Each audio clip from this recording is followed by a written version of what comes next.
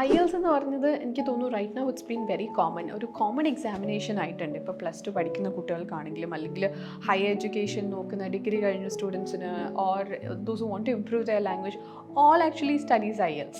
എല്ലാവർക്കും IELTS ഒരു പഠിക്കാൻ പറ്റുന്നൊരു എന്താ പറയുക ഒരു എക്സാമിനേഷനാണ്. ആൻഡ് ദ സ്ട്രക്ചർ അങ്ങനെയാണ്. ആൻഡ് അതുകൊണ്ട് തന്നെ അതിൻ്റെ മെറ്റീരിയൽസ് ആയാലും അതിൻ്റെ സ്റ്റഡി പ്ലാറ്റ്ഫോംസ് ആണെങ്കിലും വേറിഡ് ആണ്. അപ്പം അതിന് ആക്ച്വലി ഒരു ആപ്ലിക്കേഷൻ, ഒരു AI ആപ്ലിക്കേഷൻ്റെ ആവശ്യമുണ്ടോ? When we plan to bring out application for lot of courses IELTSന് ആവശ്യമുണ്ടോ എന്നൊരു ചോദ്യം ഉണ്ടായിരുന്നു. അപ്പോൾ ദെൻ ഇറ്റ്സ് അഗൈൻ ഒരു language, so why not IELTS? എന്തുകൊണ്ട് IELTSും കൂടെ അതിനകത്തോട്ട് ഇൻക്ലൂഡ് ചെയ്തുകൂടാ എന്നൊരു ചിന്തയിലാണ് IELTS ആപ്ലിക്കേഷനായിട്ട് നമ്മൾ ഫോം ചെയ്യുന്നത്. And it was pretty easy in fact, reading, listening, writing, speaking. അപ്പോൾ ഞാൻ AI ഫീച്ചേഴ്സ് വളരെ ആക്റ്റീവായിട്ട് കാണുന്ന കുറേ ആപ്ലിക്കേഷൻ കണ്ടിരുന്നു. പക്ഷെ അവിടെ എല്ലാം ലിമിറ്റഡ് ടു സ്പീക്കിംഗ് ആണ്. You will have an AI speaking partner always. അപ്പം ഇവിടെ നമ്മൾ യുണീക്ക് ആക്കാൻ ശ്രമിച്ചതും കുറച്ച് ചലഞ്ചിങ് ആയതും ഇത് തന്നെയാണ്. സ്പീക്കിങ്ങിൽ മാത്രമല്ല, we have other 3 modules to improve, അല്ലേ?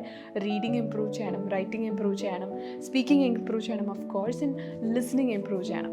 അപ്പം ഇവിടെ എങ്ങനെയാണ് how does this AI helps you എന്നുള്ളതാണ് ക്വസ്റ്റ്യൻ ആയിട്ട് വന്നത്. Even for speaking certain criteria base ചെയ്തിട്ടാണ് നമ്മുടെ അനാലിസിസ് AI നമുക്ക് ചെയ്തു തരുന്നത്. അതുപോലെ തന്നെയാണ് റൈറ്റിങ്ങിനാണെങ്കിലും ലൈക്ക് ചുമ്മാ നമ്മുടെ ഗ്രമാറ്റിക്കൽ എറേഴ്സ് കറക്ഷൻ മാത്രമല്ല, കോണ്ടന്റ് നോക്കണം, കൊഹിഷൻ, കൊഹിറൻസ്, അങ്ങനെ കുറേ criteria meet ചെയ്യാനായിട്ടുണ്ട്.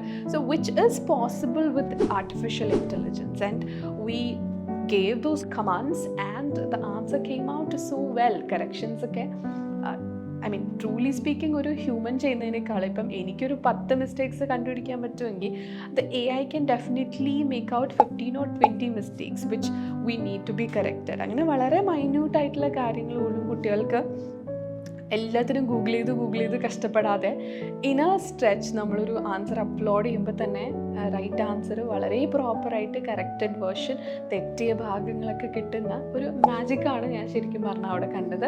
Which not only helped in IELTS, it also helped in OET. So that was a very exciting experience. Especially IELTS OET ആയിട്ട് വളരെ അടുത്ത ബന്ധമാണ് എനിക്ക് കുറച്ച് വർഷങ്ങളായിട്ടുള്ളത്. അപ്പം അതിൽ ഇത്തരത്തിലുള്ളൊരു ടീച്ചിങ് മെത്തേഡ് എന്നെ ശരിക്കും അമേസ് ചെയ്യിപ്പിച്ചു. ഓക്കെ, എനിക്ക് പറഞ്ഞു കൊടുക്കാൻ പറ്റുന്നതിനൊക്കെ എത്രയോ മുകളിലാണ് ആർട്ടിഫിഷ്യൽ ഇൻ്റലിജൻസ് വർക്ക്സ്.